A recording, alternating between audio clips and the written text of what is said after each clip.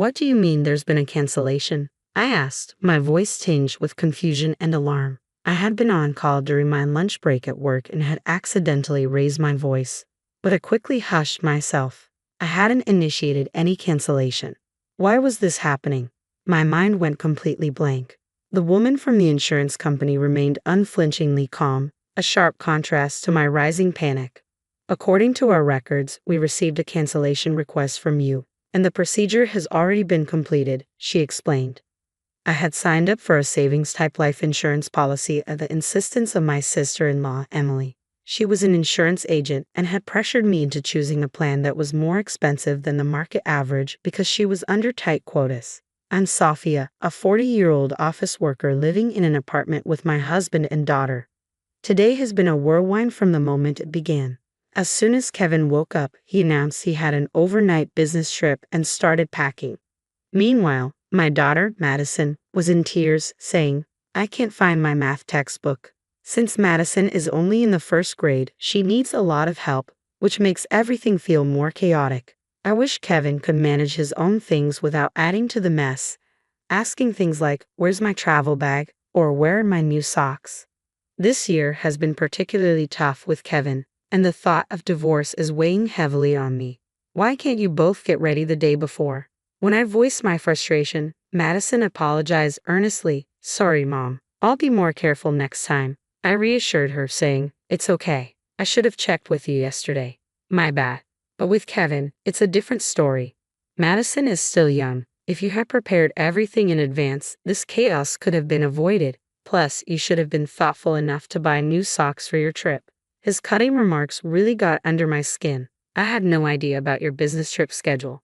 Aren't the socks I washed and put in the drawer good enough?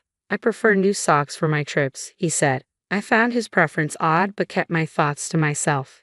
His overnight business trips are rare, maybe once every few months. They must have been scheduled well in advance, even if he hadn't mentioned it. If he needed new socks, he should either buy them himself or let me know ahead of time. Seeing Madison's tearful face as she pleaded, "Daddy, Mommy, please stop fighting," I turned to her. "Madison, I'm sorry. It's okay. Let's find your textbook together."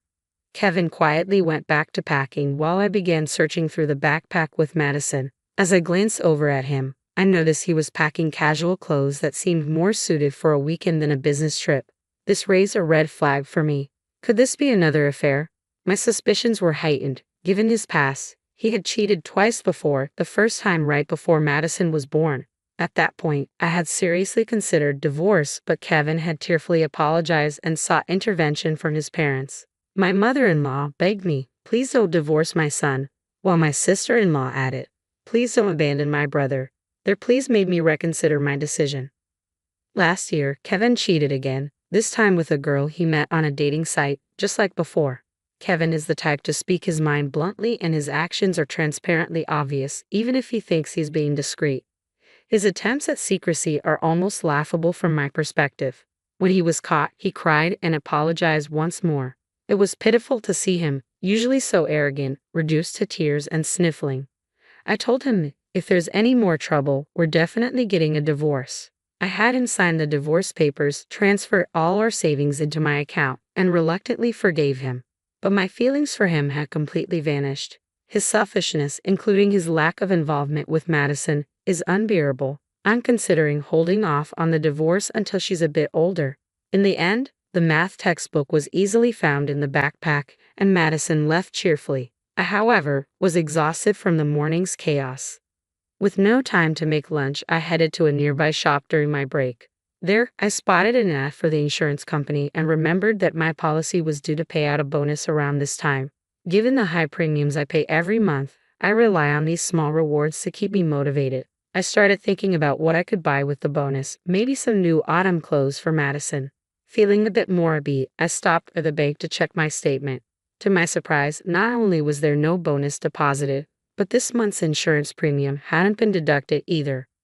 I was initially just puzzled, but remembering the morning's incident with Kevin, a sinking feeling began to grow. I decided to call the insurance company to find out what was going on. It turned out my sister-in-law was off that day, and another representative handled my call. That's how the cancellation issue came to light. According to her, the cancellation payment had already been processed, but I hadn't seen any money in my account. The representative insisted that all the paperwork was in order and that the insurance company had followed the proper procedures. It seemed like they were subtly implying that it wasn't their fault if someone had canceled without the owner's consent. I made it clear once more, I had no intention of canceling the policy. I'll follow up with Emily and my husband, but please verify this on your end as well. I made my point firmly and ended the call. Before I knew it, my lunch break was nearly over, and I found I had neither the time nor the appetite to eat the lunch I had bought, as other concerns were weighing on me. I informed my boss that I needed to leave early and quickly wrapped up my remaining tasks. Leaving the office ahead of schedule, I immediately called Kevin. If he was genuinely on a business trip and occupied, there was nothing I could do. Sophia, why are you calling? I'm at work, Kevin answered after a few rings, his voice sounding irritated. However, I could hear lively music in the background. It was absurd that he thought he could avoid getting caught. Sorry to bother you, but my life insurance was canceled without my knowledge, and there's no record of any cancellation payment. Do you know anything about this? I'm considering contacting the police as it might be a scam. Calling the police. It was me, Kevin admitted. I had suspected that Kevin and Emily were behind this, so when I hinted at involving the authorities, he quickly confessed, clearly taken aback. Although I had suspected him, my frustration was now boiling over. Oh, so it was you? Where's the cancellation payment, then? I used it to help Mom out, Kevin replied. Help out? Did something happen to your mother that she suddenly needed money? No, she just mentioned she wanted to go on a family trip for once. A trip?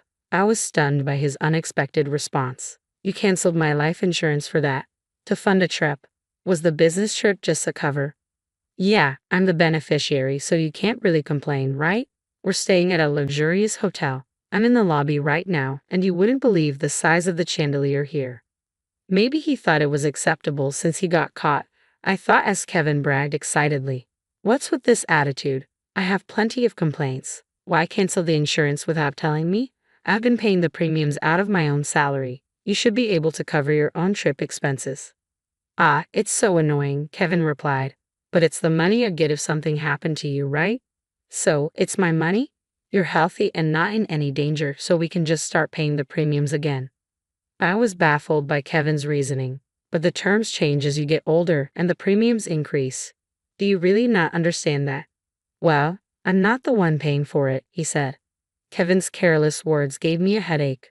Do your parents know about this? That you canceled my life insurance without telling me? Didn't your father say anything? And Emily is involved in this too, right? You and Emily forged my signature, didn't you? Yeah, Mom and Dad were actually happy about it. They thought it was a good idea. It's your fault for holding on to all our money. I just wanted to enjoy myself for once. It's no big deal. We're on a family trip and everyone's happy.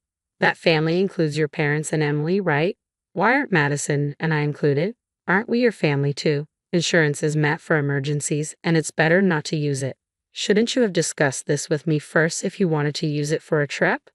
You would have said no anyway. You and Madison are always together. It's fine for me to spend time with my real family once in a while. Plus, Emily was planning to sign you up for a new life insurance policy, so it's a win-win for you guys. Maybe. I can't believe you're not embarrassed to make excuses like a child, claiming you didn't tell me because you knew I'd object. That's exactly why I didn't tell you. You always get angry. It's so frustrating. If you're going to keep nagging, maybe I should just get a divorce. You wouldn't have agreed anyway, Kevin said, sounding unusually bold as if being at a tourist spot had given him false courage. Understood, I replied before hanging up the phone. Be prepared. I'm going to make sure Kevin and his family face the consequences. I muttered to myself. My patience had worn thin. Kevin took me for granted, knowing I'd always forgiven him despite my threats of divorce. I used to think my in-laws were decent people. Even though Emily pressured me to an expensive life insurance policy, I believed she wasn't malicious. But decent people don't secretly cancel their daughter-in-law's life insurance and use the money for themselves. Like husband, like family, I'm cutting ties with all of them.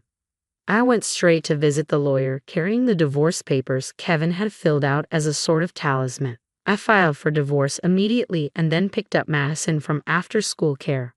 On our way home, I gently explained the situation to her. She was initially surprised, but she understood after I took the time to explain everything carefully. When we got home, she asked, "So Daddy isn't coming home anymore?" "He won't be home tonight because he's staying somewhere else.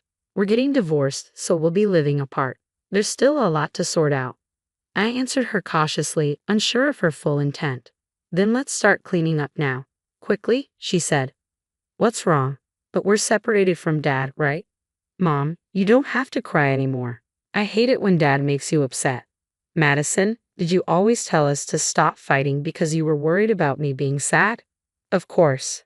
I had planned to avoid divorce for Madison's sake, but it seemed she had been holding back her true feelings all along. She intervened in our arguments because she was worried about me. "Daddy never plays with me, even on his days off. When I try to talk to him, he just says, 'Be quiet, go away,' like this morning. He only uses me to say mean things to you. I've been so sad. I love you, Mom." She smiled at me, and her smile warmed my heart. Madison had clearly seen through Kevin's selfishness, recognizing that he prioritized himself over her, and she was fed up with him too. Discovering Madison's true feelings in this way was heart-wrenching and brought tears to my eyes. "I understand. I'm sorry for putting you through such difficult times. Madison, from now on, it will be just the two of us. But I promise to take good care of you. I love you so much." Yay! Madison's joy filled me with determination. I vowed never to let her feel sad again. While Madison worked on her homework beside me, I busied myself with tasks like consulting a lawyer and researching real estate agents and moving companies. I then reached out to my parents. When I explained the situation, they responded, "Come back home right away. This way, Madison won't have to change schools." My father also offered to borrow a truck from a friend to help us move our things in the morning. I notified the landlord, the school, and the families in Madison's commuting group that we would be relocating to my parents' house and briefly explained the situation. I planned to handle the school's detailed paperwork later and called my workplace to request a day off for tomorrow. I wanted to complete most of the tasks before Kevin returned. The next day, my parents arrived, and we quickly moved our belongings to their home. By the time Kevin got back, everything was settled except for his things, which were still in the apartment. I left a note that read, "We are divorced. We are strangers now," and left the apartment. I imagined Kevin's shock at finding us gone and felt a wave of relief and satisfaction.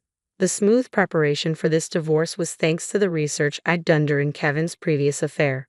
I had warned him, "Next time there will be no discussion. We're getting divorced," and we had agreed that I would retain custody and all marital assets.